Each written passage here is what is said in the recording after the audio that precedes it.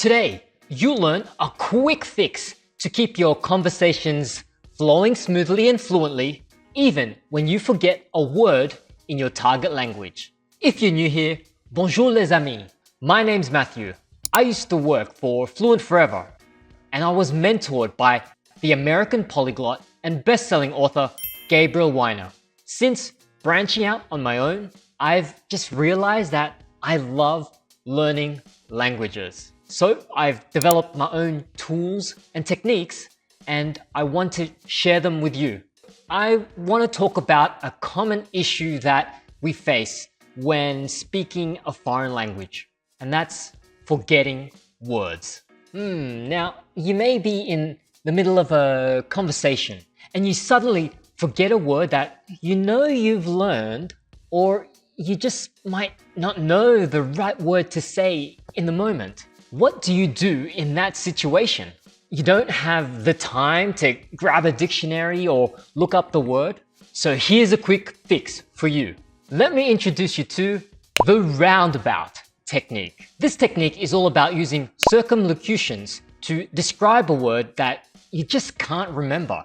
Circumlocutions are a way of describing something in the target language when you don't know the exact word.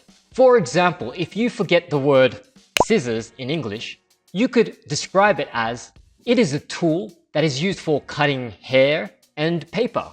If you forget the word parapluie in French or umbrella, you could say, c'est quelque chose que vous utilisez pour rester au sec quand il pleut. As you can see, these descriptions help you communicate your idea, even if you don't know the exact word because you've forgotten it or you just haven't learned it yet. This technique helps you continue to speak fluently by encouraging you to think creatively and use the vocabulary that you already know.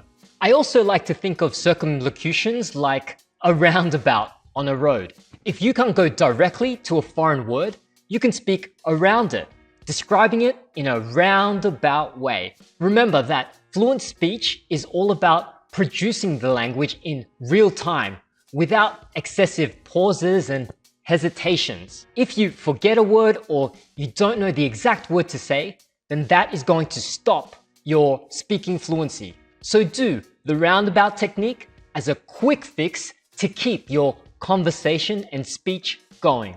You're probably wondering, is this roundabout technique and circumlocutions, is it really effective? Is it really going to help me with speaking fluently? Well, there is some research to support this technique. Research was conducted to see the effects of teaching circumlocution strategies to learners of French in the United States. Researchers found that even short-term training in these strategies helped learners with their communication skills.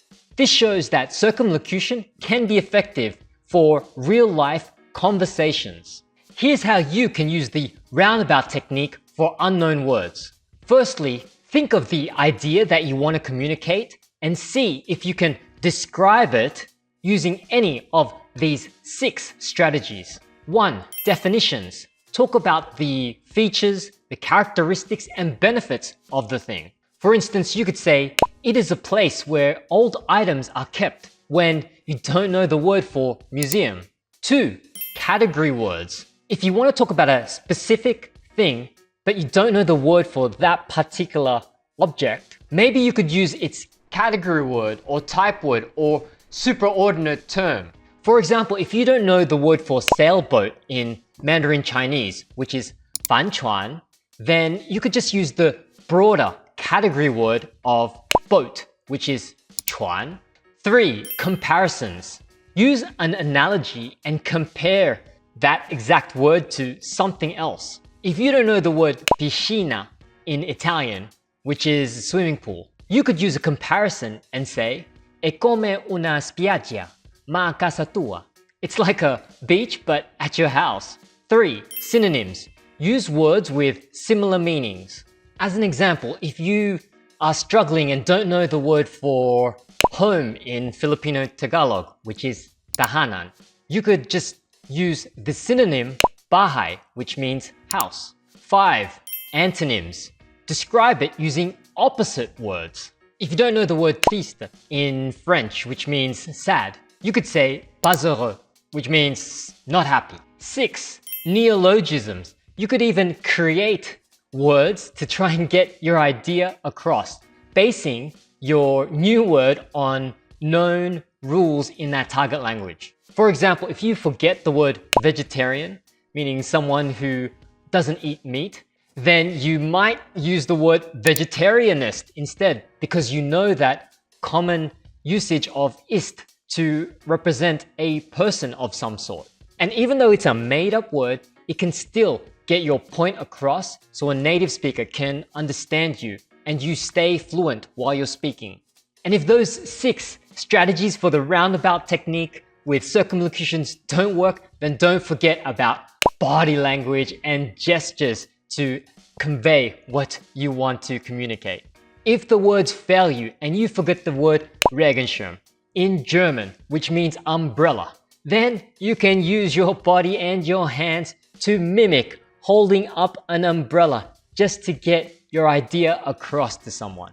Now, there are also some common phrases and structures for the roundabout technique and circumlocutions that you can use and memorize so that when you're stuck in a conversation, forgot a word, then you can use these phrases to help you.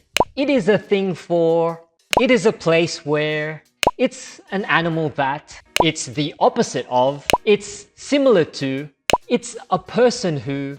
There are some other phrases and structures that you could learn. And to help you get started with this roundabout technique and circumlocutions, I've created a free template as well as some flashcards so you can learn and memorize these and you're not stuck in a conversation when you forget a word.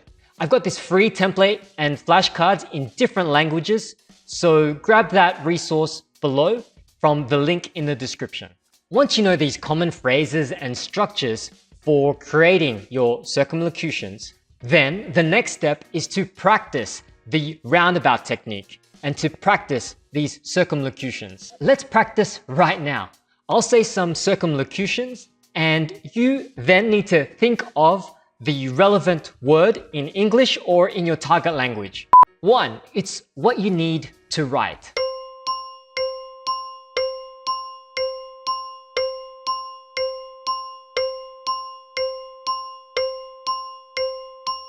2. It's what you say before going to bed.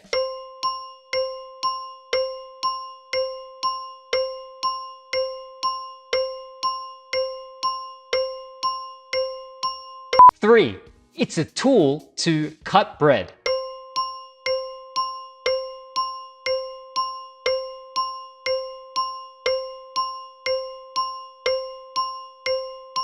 4.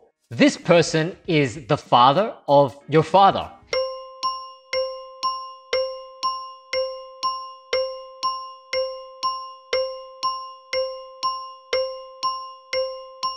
'How'd you do? Did you come up with the correct answer? Write your answer in the comments below and I'm curious to find out what you wrote in either English or the foreign language that you're learning. Here's another activity to practice the roundabout technique. I'll show you a picture and then you need to describe that picture in a roundabout way using circumlocutions and the tactics that I mentioned before. Try to speak fluently in English or the target language that you're learning. 1. Now, what's this? Describe it to me using your words, or you could even write out your description and circumlocution in the comments below.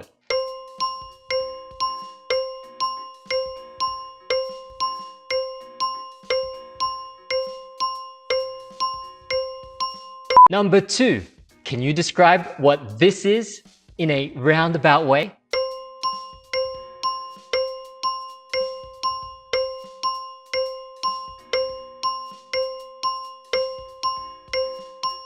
Now, another practice activity that you could do for the roundabout technique is to use the free speaking tool that I've made just for you. It shows you random pictures and prompts so that you have to describe those pictures and answer fluently. When you use the tool and you want to say certain words but you don't know the exact word or you forget it, then of course use the strategies that I've already mentioned. The link to that free speaking tool is in the description below. This free speaking tool is really a fun way to describe random pictures, and it will really boost your speaking fluency and prepare you for real life conversations where the roundabout technique and circumlocutions will come in handy. Using the roundabout technique should help you keep your conversations flowing smoothly so you don't get stuck when you forget a word or you don't know the exact thing to say. A problem might be that even if you know the roundabout technique and you know the common phrases to use, you still might have the obstacle of not knowing enough words for your descriptions. So I've got this next video which you can watch, which will help you to learn the very basic words and common vocabulary in any language so that you memorize them and then you can use them fluently in spoken conversations.